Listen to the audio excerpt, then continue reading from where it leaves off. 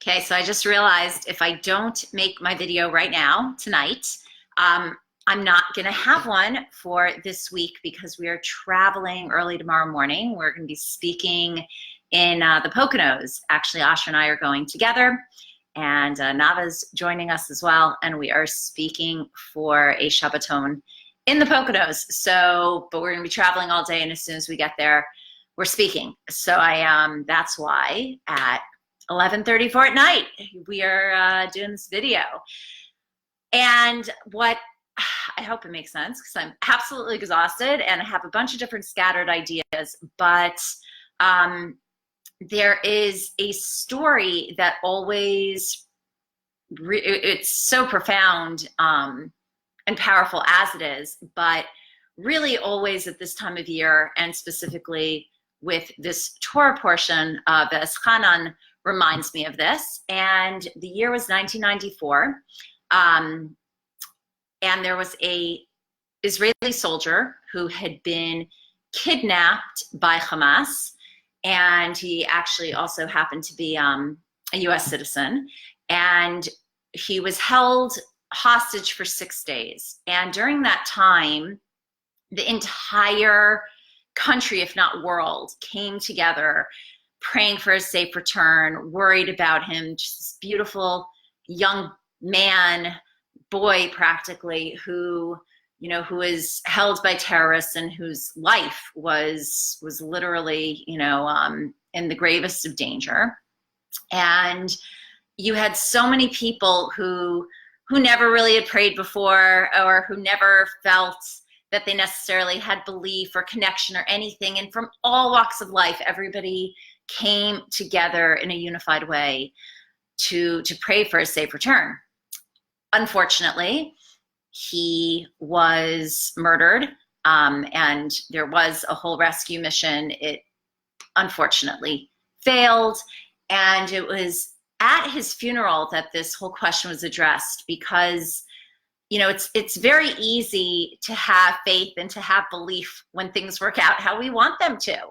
And the challenge is really when they don't, when times are really tough, when things are not going our way, when it seems like, everything's out to get us, that's when our belief system is really called into question.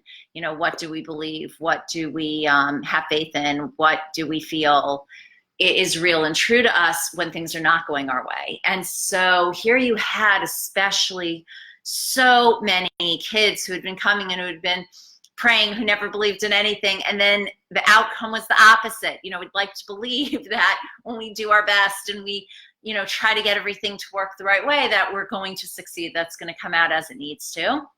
And so it was during his funeral that it was brought up in one of the eulogies, is it that God didn't hear our prayers? And the way it was explained is that no, he absolutely did. He heard us asking and praying and begging and beseeching, which is, by the way, what the Eschanan means, to beseech, to really request and pray from the depths of your soul. And he answered us, but his answer was no.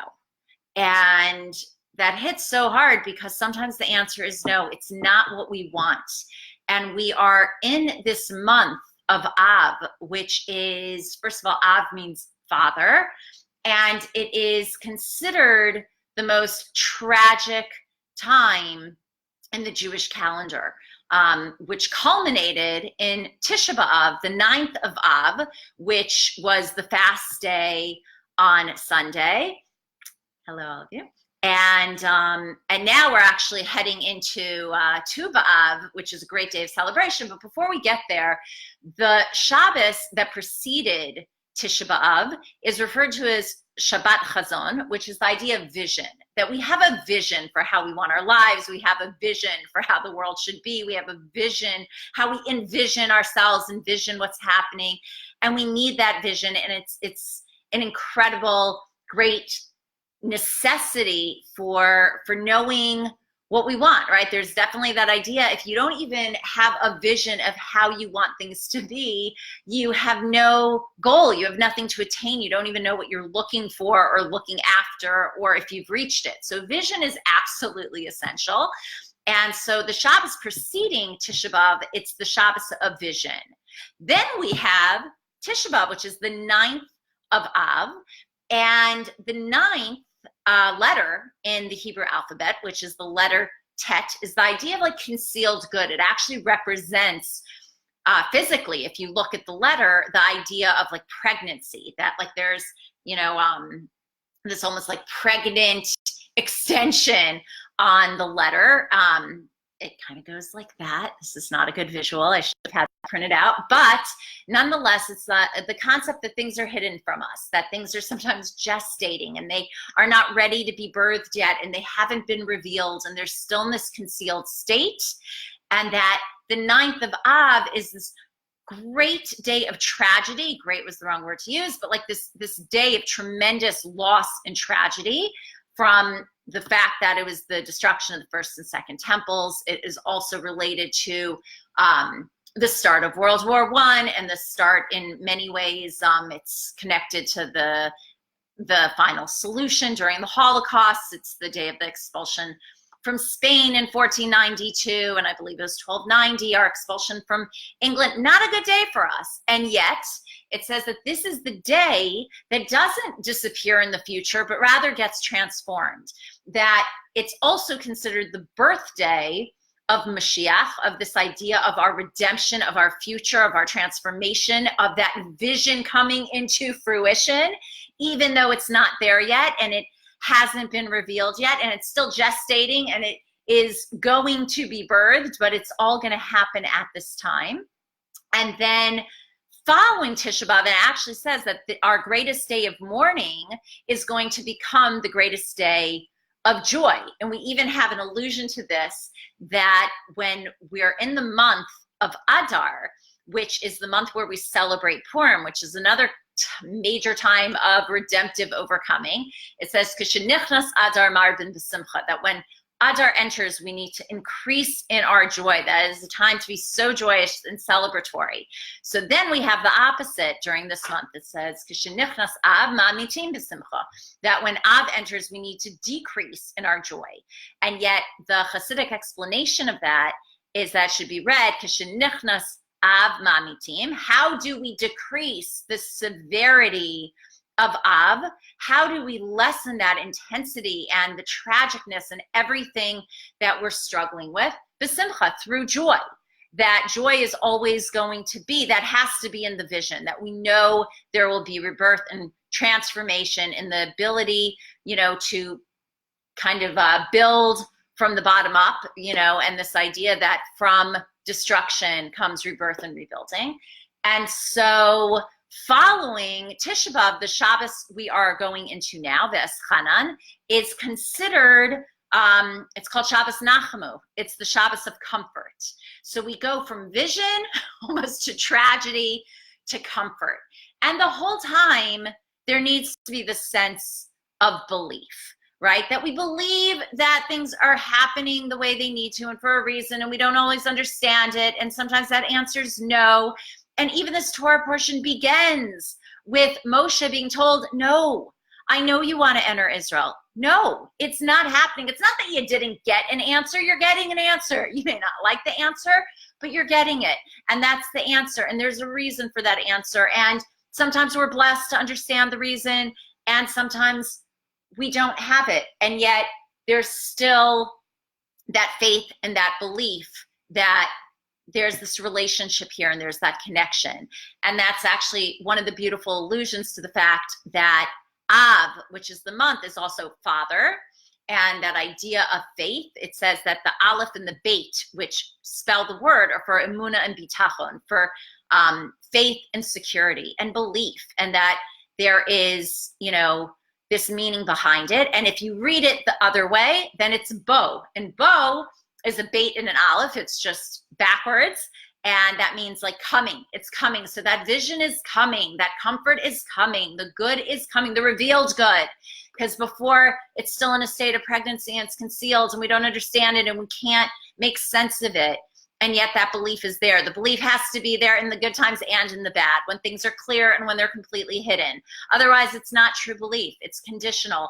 And this has to be what's really unconditional. And that's why also we see in this week's Torah portion, we have a repeat of the 10 commandments. And that first commandment is not really a commandment. It's, I am the Lord your God who took you out of the land of Egypt. Like, either you believe I'm involved, you believe we have a relationship. And by the way, it's a very individualized relationship. It's not in the plural. It's Anochi Hashem Elokecha. It is in the singular, that there is a direct relationship with each and every one of us, and both individually and collectively and in our own lives and as an entire people, we go through these stages and we go through this process of that vision and our challenges and our difficulties and sometimes even our tragedies, and that comfort is going to follow, and that the belief needs to be there. And so these 10 commandments start with the first, which is basically almost like a disclaimer. Like, if we're not good here, the other 9 don't matter. We either have an understanding, we have a relationship, there's that trust and that belief, or it's not going to make sense anyway. And one other just last thought, and I know this is a really long video, but you know, we also are celebrating starting tonight.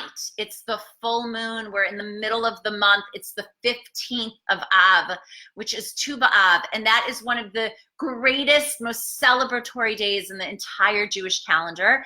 And it has to do with choosing our soulmates, the idea of love. This is our Jewish love day, and the idea of connection and rebuilding and, you know, rebirth, and that ability to create life together with another and to have it be in a place of love. So we also go, part of that comfort and coming out of that tragedy is that belief that we can rebuild and that love is there, and that ability to connect and that ability to grow from it. And that, you know, the 15th letter is the Samech, which is a complete circle. See, that one I could do with my hand, right? So we have a circle, that's our Samech. And that idea that, you know, the comfort and the tragedy and the vision and the rebirth, it's all part, it's all equidistant from the center. It's all connected, even though it seems so seemingly disconnected and random and crazy and hard and not making any sense. And yet it's all part of that cycle and that circle and where we're at. So as we head into the Shabbos with all of those ideas connected to this circle of life and the meaning within it, that we should have that faith, have that belief, have that knowledge that that vision will come to be revealed, and that, you know, that comfort is there, and it's up to us to want to see it and to believe it and to choose it, and to find the meaning in the entire process along the way. So with that, good Shabbos, happy Tu B'Av, and it should truly now be in a state of just purely revealed good. Good Shabbos.